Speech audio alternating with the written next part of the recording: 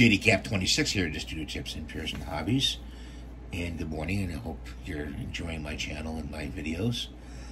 We've got a gear wrench here, made exactly from gear wrench. And I want to show you something with this. The gear wrench, it doesn't have the flipper on the ratchet side, okay? But when you use a gear wrench, all right, you use this end right here to break your nut. This is a 1/2 inch.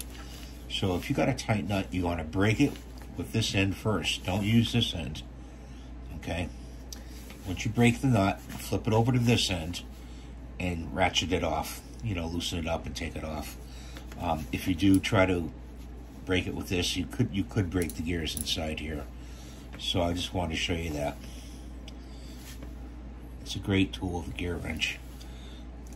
So thanks for watching. We'll see you next time. Please subscribe.